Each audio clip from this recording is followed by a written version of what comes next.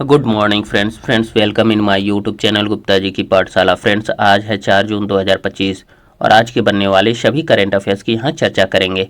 लेकिन उससे पहले 3 जून 2025 के करंट अफेयर्स का क्विक रिवीजन करते हैं। पहला क्वेश्चन देखते हैं फ्रेंड्स, किस दिन विश्व रीफ जागरूकता दिवस मनाया जाता है? तो इसका आंसर हो जाएगा 1 जून। 1 जून को विश्व रीफ जागरूकता दिवस मनाया गया है। अगला क्वेश्चन है फ्रेंड्स, 1 जून 2025 को समोआ ने अपना कौन सा स्वतंत्रता दिवस मनाया है? तो इसका आंसर हो जाएगा 63वां। अगला क्वेश्चन है फ्रेंड्स, कौन क्लब फुटबॉल में 800 गोल करने वाले पहले फुटबॉलर बन गए हैं? तो क्रिस्टियानो रोनाल्डो क्लब फुटबॉल में 800 गोल करने वाले पहले फुटबॉलर बन गए हैं फ्रेंड्स। अगला क्वेश्चन देखते हैं, वाल्मीकि थापर कौन थे जिनका 73 वर्ष की आयु में निधन हो गया है? तो इसका आंसर हो जाएगा बाघ संरक्षण कर्ता। अगला क्वेश्चन है फ्रेंड्स, हाल ही में किसे कनाडा इंडिया फाउंडेशन द्वारा global Indian of the year पुरस्कार से सम्मानित किया गया है? तो इसका आंसर हो जाएगा सदगुरु या जगत गुरु जग्गी वासुदेव। अगला क्वेश्चन है फ्रेंड्स, किस दिन महारानी अहिल्याबाई होलकर की 300वीं जयंती मनाई गई है? तो इसका आंसर हो जाएगा 31 मई को।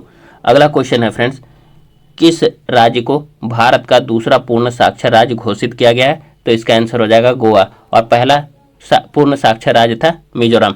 अगला क्वेश्चन है फ्रेंड्स, किस शहर में विश्व वायु परिवहन शिखर सम्मेलन यानी कि WATS का आयोजन किया जाएगा? तो इसका आंसर हो जाएगा नई दिल्ली। तो नई दिल्ली में विश्व वायु परिवहन शिखर सम्मेलन का आयोजन किया जाएगा। अगला क्वेश्चन देखते हैं फ्रेंड्स, मोनिका केजिया सोमबीरिंग किस देश से संबंधित है जिन्होंने हैदराबाद में आयोजित मिस वर्ल्ड 2025 के टैलेंट का खिताब जीता है? तो इसका आंसर हो जाएगा इंडोनेशिया। अगला क्वेश्चन है फ्रेंड्स, किसे ऑडी इंडिया का ब्रांड एम्बेसडर नियुक्त किया गया है? तो इसका आंसर हो जाएगा नीरज चोपड़ा। अगला क्वेश्चन है फ्रेंड्स, सेरेना विलियम्स किस खेल से संबंधित है जिन्हें हाल ही में प्रिंसेस ऑफ आस्टूरियस अवार्ड 2025 से सम्मानित किया गया है? तो इसका आंसर हो जाएगा टेनिस।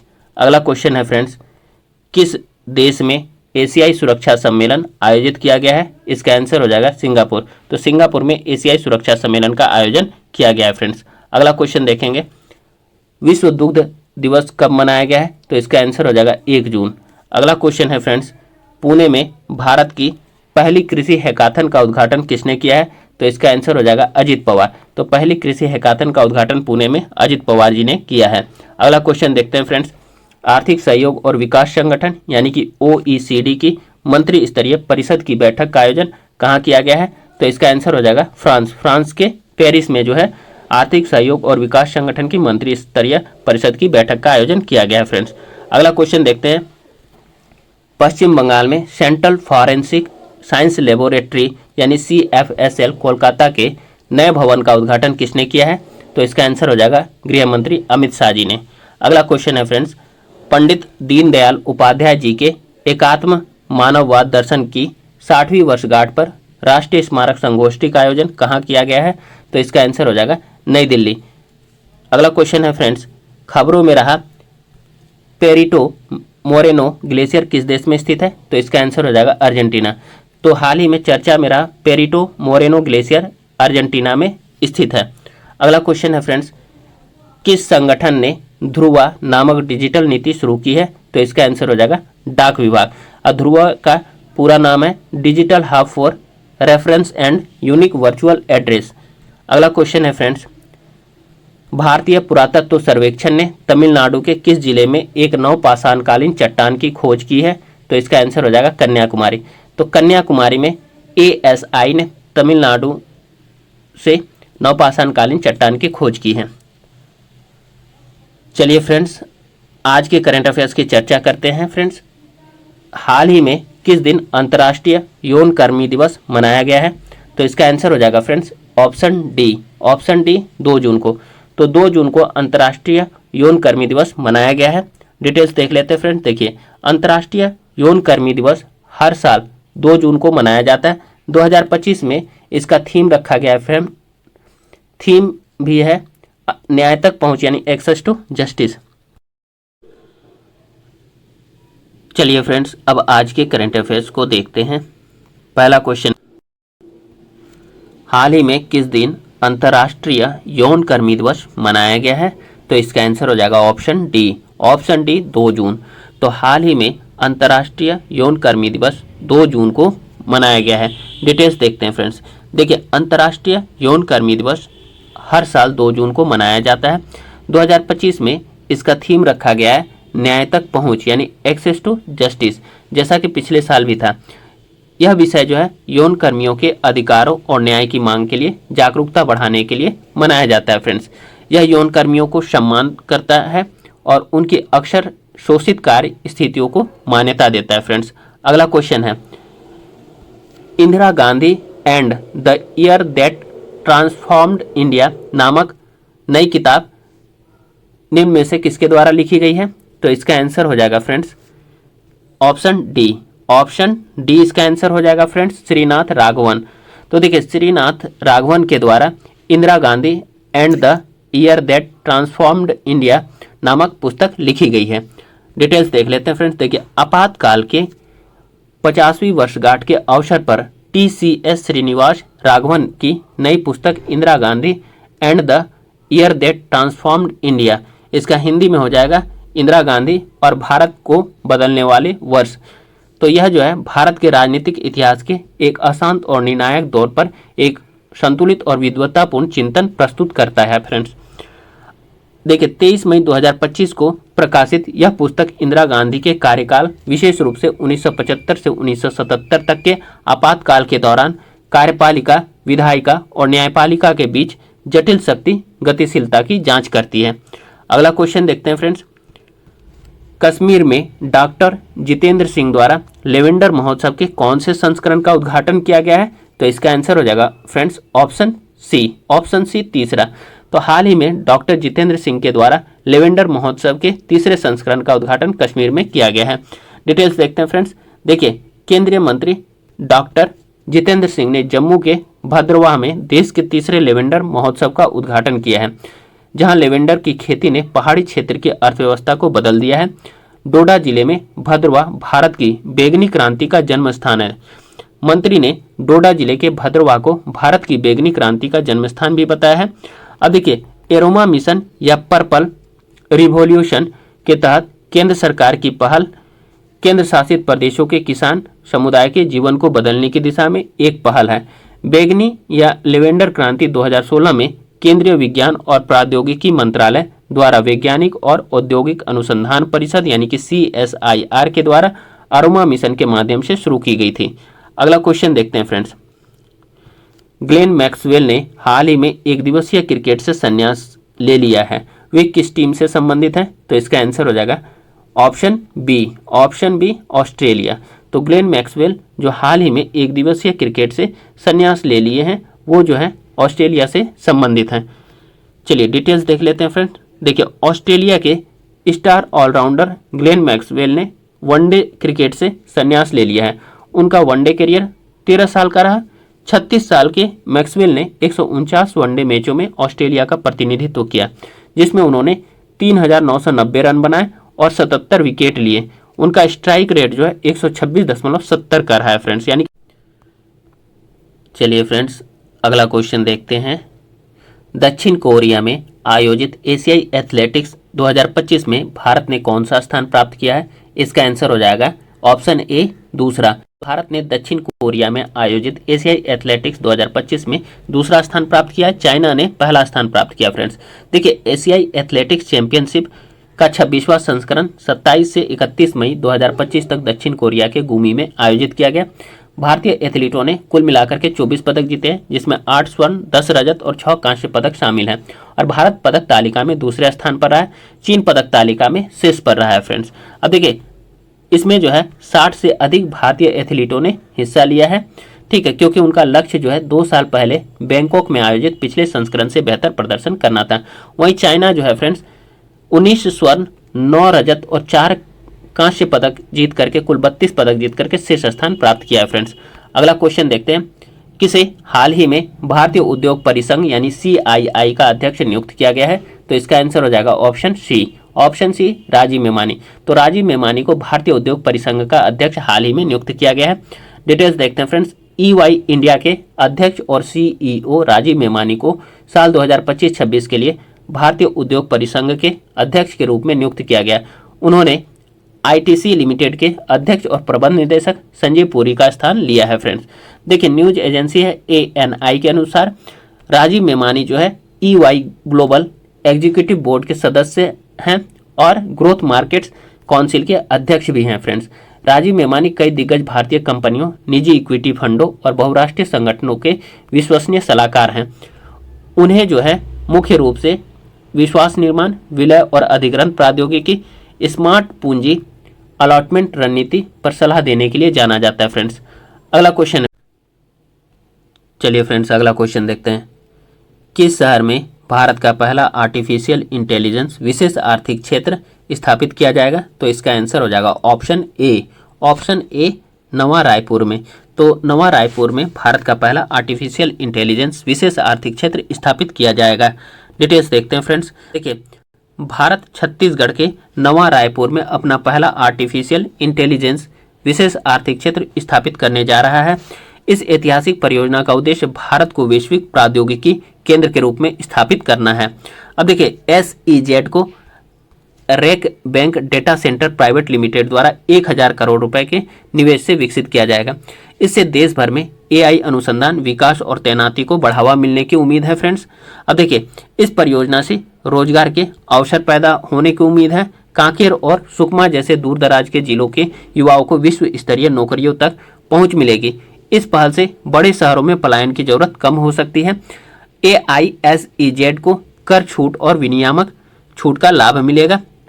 अब देखिए ये प्रोत्साहन जो है वैश्विक और घरेलू फर्मों को प्रोत्साहित करने के लिए बनाए गए SEZ ढांचे का हिस्सा है। अब देखिए बात हो रही है SEZ यानी स्पेशल इकोनॉमिक जोन का। तो विशेष आर्थिक क्षेत्र आखिर होता क्या है उसे हम लोग देखते हैं। देखिए SEZ या विशेष आर्थिक क्षेत्र एक विशेष भौगोलिक क्षेत्र होता है जहां व्यापार और आर्थिक गतिविधियों को देश के बाकी हिस्सों से अलग नियमों और विनियमों के साथ संचालित किया जाता है। 2005 में स्थापित SEZ नीति का उद्देश्य विदेशी निवेश को आकर्षित करना, रोजगार सृजन करना, निर्यात को बढ़ावा देना और व्यापार संतुलन में सुधार करना है फ्रेंड्स। भारत में विशेष आर्थिक क्षेत्र की वर्तमान स्थिति क्या है? तो देखिए भारत जो है अब तक भारत ने 423 SEZ को मंजूरी दी है, जिनमें 270 चालू है फ्रेंड्स। अगला क्वेश्चन देखते हैं फ्रेंड्स। लुइस मोंटेनेग्रो को किस देश का प्रधानमंत्री नियुक्त किया गया है? तो इसका आंसर हो जाएगा फ्रेंड्स ऑप्शन डी पुर्तगाल। तो लुइस मोंटेनेग्रो को पुर्तगाल का प्रधानमंत्री नियुक्त किया गया है। डिटेल्स देख लेते हैं फ्रेंड्स। देखिए लुइस मोंटेनेग्रो को हाल ही में हुए आम चुनावों के बाद एक बार फिर पुर्तगाल का प्रधानमंत्री नियुक्त किया गया है। केंद्र दक्षिणपंथी सोशल डेमोक्रेटिक पार्टी यानी PSD और डेमोक्रेटिक अलायंस AD के नेता मोंटेनेग्रो की वापसी उस समय हुई है जब देश में राजनीतिक संतुलन नया रूप ले रहा है।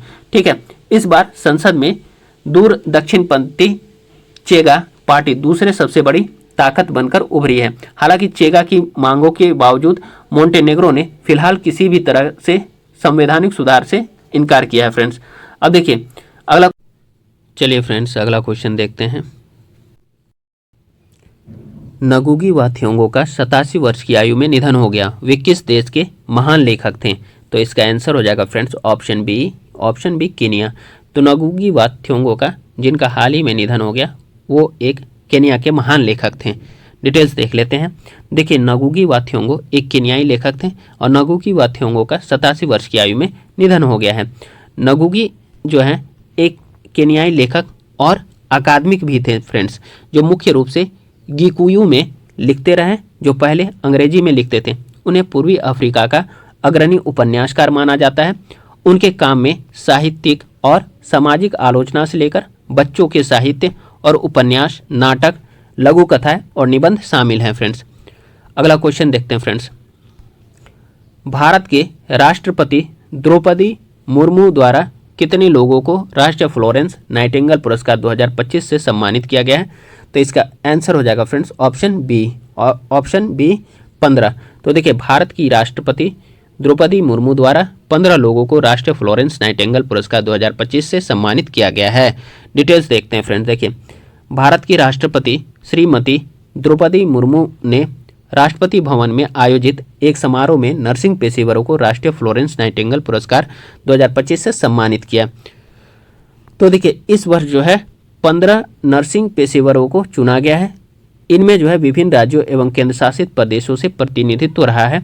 इन नर्सों ने कोविड-19 महामारी, प्राकृतिक आपदाओं, जनजातीय क्षेत्रों में सेवा, मानसिक स्वास्थ्य, गर्भवती महिलाओं की देखभाल और बुजुर्ग देखभाल जैसे क्षेत्रों में अनुकरणीय कार्य किया है। फ्रेंड्स, बात हो रही है राष्ट्रीय फ्लोरेंस नाइटिंगेल पुरस्कार की, तो देखते हैं इसके बारे में। देखिए, राष्ट्रीय फ्लोरेंस नाइटिंगेल पुरस्कार की स्थापना 1973 ईस्वी में की गई थी। अब देखिए, स्वास्थ्य एवं परिवार कल्याण मंत्रालय ने उत्कृष्ट नर्सिंग कर्मियों द्वारा प्रदान की गई सराहनीय सेवाओं को मान्यता देने और सम्मानित करने के लिए इसकी स्थापना की थी। अब देखिए, बात हो रही है फ्लोरेंस नाइटिंगेल की, तो इनका जन्म जो है 12 मई 1820 ईस्वी को इंग्लैंड में हुआ था। आधुनिक नर्सिंग के संस्थापक, क्राइमियन युद्ध में घायल सैनिकों की सेवा की इन्होंने, ठीक है। उनको जो है the lady with the lamp की उपाधि दी गई थी। किनको? फ्लोरेंस नाइटिंगेल को। फ्रेंड्स, ठीक है। उनके योगदान के सम्मान में उनके जन्म दिवस 12 मई को अंतर्राष्ट्रीय नर्स दिवस मनाया जाता है। उन्होंने नर्सिंग को केवल सेवा नहीं, एक व्यवस्थित और पेशेवर कार्य के रूप में भी स्थापित किया। फ्रेंड्स, चलिए फ्रेंड्स, अगला क्वेश्चन देखते हैं। किस दिन तेलंगाना का 11वां स्थापना दिवस मनाया गया है? इसका आंसर हो जाएगा 2 जून। ऑप्शन सी, 2 जून को तेलंगाना का 11वां स्थापना दिवस मनाया गया है।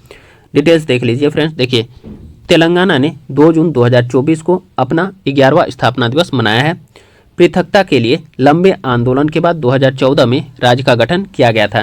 तेलंगाना का निर्माण आंध्र प्रदेश से हुआ है और यह भारत का जो है 29वां राज्य बन गया है। भारत का सबसे युवा राज्य तेलंगाना ने 2 जून को ही अपना 11वां स्थापना दिवस मनाया है। फ्रेंड्स, अगला क्वेश्चन, चलिए फ्रेंड्स, अगला क्वेश्चन देखते हैं। हाल ही में किसे 72वीं मिस वर्ल्ड प्रतियोगिता के दौरान ह्यूमैनिटेरियन अवार्ड से सम्मानित किया गया है? तो इसका आंसर हो जाएगा फ्रेंड्स ऑप्शन सी सोनू सूद। तो हाल ही में सोनू सूद को 72वीं मिस वर्ल्ड प्रतियोगिता के दौरान ह्यूमैनिटेरियन अवार्ड से सम्मानित किया गया है। डिटेल्स देख लेते हैं फ्रेंड्स। देखिए, अभिनेता सोनू सूद को मिस वर्ल्ड मानवतावादी पुरस्कार से सम्मानित किया गया है, जो राणा दग्गुबती द्वारा प्रदान किया गया। सोनू सूद इस साल मिस वर्ल्ड के जूरी मेंबर्स में भी शामिल थे। मिस वर्ल्ड बनी ओपल सुचाता से सोनू सूद ने ही फाइनल में क्वेश्चन पूछा था। फ्रेंड्स, अगला क्वेश्चन है, किस मंत्रालय ने कृषि निवेश पोर्टल लॉन्च किया है? तो इसका आंसर हो जाएगा ऑप्शन सी कृषि और किसान कल्याण मंत्रालय, यानी कि ministry of agriculture and farmers welfare. तो हाल ही में कृषि और किसान कल्याण मंत्रालय ने कृषि निवेश पोर्टल लॉन्च किया। डिटेल्स देख लेते हैं फ्रेंड्स। देखिए, कृषि में निवेश को बढ़ावा देने और उसमें तेजी लाने के लिए कृषि और किसान कल्याण मंत्रालय ने कृषि निवेश पोर्टल लॉन्च किया है। यह पोर्टल किसानों, उद्यमियों और उद्योगों के लिए वन स्टॉप प्लेटफॉर्म के रूप में कार्य करता है। यह कृषि क्षेत्र में केंद्र और राज्य सरकार की योजनाओं तक आसान पहुंच प्रदान करता है। वर्तमान में यह कृषि अवसंरचना कोष और पशुपालन अवसंरचना विकास कोष जैसी 17 प्रमुख योजनाओं की जानकारी देता है। अगला क्वेश्चन देखते हैं फ्रेंड्स। हाल ही में चर्चा में रहा नल सरोवर वन्य जीव अभयारण्य किस राज्य में स्थित है? तो इसका आंसर हो जाएगा फ्रेंड्स ऑप्शन सी गुजरात में। तो हाल ही में चर्चा में रहा नल सरोवर वन्य जीव अभयारण्य गुजरात राज्य में स्थित है। फ्रेंड्स, डिटेल्स देखते हैं। देखिए, हाल ही में गुजरात के नल सरोवर वन्य जीव अभयारण्य में एक दुर्लभ आर्कटिक समुद्री पक्षी सबाइन्स गल को देखा गया है। 2013 में केरल में देखे जाने के बाद से भारत में यह पहली बार देखा गया है। फ्रेंड्स, अब देखिए, नल सरोवर पक्षी अभयारण्य गुजरात में स्थित है। इसे जो है 1969 ईस्वी में अभयारण्य घोषित किया गया था और 2012 में रामसर कन्वेंशन के तहत इसे रामसर साइट बना दिया गया। इसमें 48 शैवाल और 72 फूलदार पौधों की प्रजातियां हैं, जो समृद्ध पक्षी जीवन और जैव विविधता का समर्थन करती है। अगला क्वेश्चन देखते हैं फ्रेंड्स। वायर कटर TB2 एक मानव रहित हवाई वाहन किस देश द्वारा विकसित किया गया है? तो इसका आंसर हो जाएगा फ्रेंड्स ऑप्शन डी तुर्की है। तो देखिए, वायर कटर TB2 एक मानव रहित हवाई वाहन यानी कि UAV जो है तुर्की द्वारा विकसित किया गया है। डिटेल्स देख लेते हैं फ्रेंड्स। देखिए, ऑपरेशन सिंदूर के दौरान पाकिस्तान के तुर्की मूल के ड्रोन के विफल होने के बाद तुर्की के बायर कटर TB2 ड्रोन की प्रतिष्ठा को झटका लगा है। ठीक है, अब देखिए बायर कटर TB2 जो है तुर्की निर्मित मीडियम एल्टीट्यूड लॉन्ग एंड्योरेंस सामरिक मानव रहित हवाई वाहन यानी कि UAV है। इसे खुफिया निगरानी, टोही यानी कि ISR और सटीक हमले मिशनों के लिए डिजाइन किया गया है। यह तुर्की का पहला सशस्त्र UAV है जिसे घरेलू स्तर पर विकसित किया गया है, जो इसकी रक्षा विनिर्माण क्षमताओं को प्रदर्शित करता है। फ्रेंड्स, अगला क्वेश्चन हम लोग देखते हैं। हाल ही में चर्चा में रही दिबांग नदी किन राज्यों से होकर बहती है? तो इसका आंसर हो जाएगा friends option A Arunachal Pradesh और असम। तो ब्रह्मपुत्र को ही दिबांग नदी कहा जाता है। फ्रेंड्स, तो हाल ही में चर्चा में रही दिबांग नदी जो है अरुणाचल प्रदेश और असम राज्य से होकर बहती है। डिटेल्स देखते हैं। देखिए, भारतीय वायुसेना ने हाल ही में 14 लोगों को बचाया है दिबांग नदी में। ठीक है, जिनमें असम के 13 लोग शामिल थे जो दिबांग नदी में आई बाढ़ के कारण अरुणाचल प्रदेश के एक द्वीप पर फंसे हुए थे। दिबांग नदी पूर्वोत्तर भारत में ब्रह्मपुत्र नदी की एक प्रमुख सहायक नदी है। यह अरुणाचल प्रदेश और असम से होकर बहती है। यह नदी ऊपरी दिबांग घाटी जिले में भारत चीन सीमा पर केया दर्रे के पास से निकलती है। नदी की प्रमुख सहायक नदियों में ड्री, मथुन, तलोन, अमे, अही, एमरा और आवा शामिल हैं। अगला क्वेश्चन देखते हैं फ्रेंड्स। खबरों में रहा नक्शा कार्यक्रम किस सरकारी पहल के तहत कार्यान्वित किया गया है? तो इसका आंसर हो जाएगा फ्रेंड्स ऑप्शन ए हो जाएगा इसका आंसर। डिजिटल इंडिया भूमि अभिलेख आधुनिकीकरण कार्यक्रम यानी कि DILRMP। तो देखिए, हाल ही में खबरों में रहा नक्शा कार्यक्रम जो है डिजिटल इंडिया भूमि अभिलेख आधुनिकीकरण कार्यक्रम का हिस्सा है। डिटेल्स देख लेते हैं फ्रेंड। देखिए, ग्रामीण विकास मंत्रालय का भूमि संसाधन विभाग 2 जून 2005 से शुरू किए गए नक्शा कार्यक्रम के तहत क्षमता निर्माण का दूसरा चरण आयोजित कर रहा है। ठीक है, यह शहरी बस्तियों का राष्ट्रीय भू स्थानिक ज्ञान आधारित भूमि सर्वेक्षण यानी नक्शा कार्यक्रम डिजिटल इंडिया भूमि अभिलेख आधुनिकीकरण कार्यक्रम के तहत एक शहर सर्वेक्षण पहल है। ठीक है, इसका नेतृत्व जो है फ्रेंड्स वह ग्रामीण विकास मंत्रालय के तहत भूमि संसाधन विभाग करता है। यह कार्यक्रम भूमि अभिलेखों को बेहतर बनाने के लिए कस्बों और शहरों के विस्तृत नक्शे तैयार करता है। अगला क्वेश्चन देखते हैं। रूस और यूक्रेन के बीच शांति वार्ता का दूसरा दौर कहाँ आयोजित किया गया है? तो इसका आंसर हो जाएगा फ्रेंड्स ऑप्शन ए इस्तांबुल। तो रूस और यूक्रेन के बीच शांति वार्ता का दूसरा दौर जो है इस्तांबुल में आयोजित किया गया है। डिटेल्स देख लेते हैं। देखिए, रूस और यूक्रेन के बीच शांति वार्ता का दूसरा दौर तुर्की के इस्तांबुल में संपन्न हुआ है। अगला क्वेश्चन देखते हैं फ्रेंड्स। IEPFA और सेबी ने निवेशकों को सशक्त बनाने और अनक्लेम डिविडेंड का समाधान करने के लिए कहां पहला निवेशक शिविर शुरू किया है? तो इसका आंसर हो जाएगा फ्रेंड्स ऑप्शन डी हो जाएगा इसका आंसर फ्रेंड्स पुणे इसका आंसर होगा। तो देखिए, IEPFA और सेबी ने निवेशकों को सशक्त बनाने और अनक्लेम्ड डिविडेंड का समाधान करने के लिए पहला निवेशक शिविर जो है पुणे में शुरू किया है। डिटेल्स देख लेते हैं फ्रेंड्स। देखिए, पहले तो IEPFA होता क्या उसको देख लीजिए। तो IEPFA जो है विनिधानकर्ता शिक्षा और संरक्षण निधि प्राधिकरण है। इसका इंग्लिश में हो जाएगा investor education and protection fund authority, full form होगा फ्रेंड्स। देखिए, IEPFA और सेबी ने निवेशकों को सशक्त बनाने और दावा न किए गए लाभांश या डिविडेंड का समाधान करने के लिए पुणे में पहला निवेशक शिविर शुरू किया है। IEPFA की व्यापक निवेशक पहुंच पहल के अनुरूप निवेशक शिविर की संकल्पना निवेशकों को दावा न किए गए लाभांश और शेयरों से संबंधित लंबित मुद्दों को हल करना है। ठीक है, KYC का नामांकन, विवरणों को अद्यतन करने और दावों के तेजी से निपटान की सुविधा प्रदान करने में यह सहायता करने के लिए शिविर की शुरुआत की गई है। अगला क्वेश्चन देखते हैं फ्रेंड्स। देखिए, सेविंग्स अकाउंट पर न्यूनतम बैलेंस की सीमा को हटाने वाला पहला बड़ा सरकारी बैंक कौन बन गया है? तो इसका आंसर हो जाएगा फ्रेंड्स ऑप्शन बी इसका आंसर होगा। सेविंग्स अकाउंट पर न्यूनतम बैलेंस की सीमा को हटाने वाला पहला बड़ा सरकारी बैंक कैनरा बैंक बन गया है। ठीक है, कैनरा बैंक इसका आंसर था फ्रेंड्स। चलिए डिटेल्स देख लेते हैं। देखिए, कैनरा बैंक सभी प्रकार के सेविंग्स अकाउंट पर न्यूनतम बैलेंस की सीमा को हटाने वाला पहला बड़ा सरकारी बैंक है। इस नियम के बाद कैनरा बैंक के ग्राहक बिना किसी जुर्माने के सेविंग अकाउंट्स में शून्य बैलेंस रख सकते हैं। अगला क्वेश्चन देखते हैं फ्रेंड्स। हाल ही में किसे पश्चिमी वायु कमान के वरिष्ठ एयर स्टाफ ऑफिसर नियुक्त किए गए हैं? तो इसका आंसर हो जाएगा friends option D Jasvir Singh Mann. तो हाल ही में जसवीर सिंह मान को पश्चिमी वायु कमान के वरिष्ठ एयर स्टाफ ऑफिसर के रूप में नियुक्त किया गया है।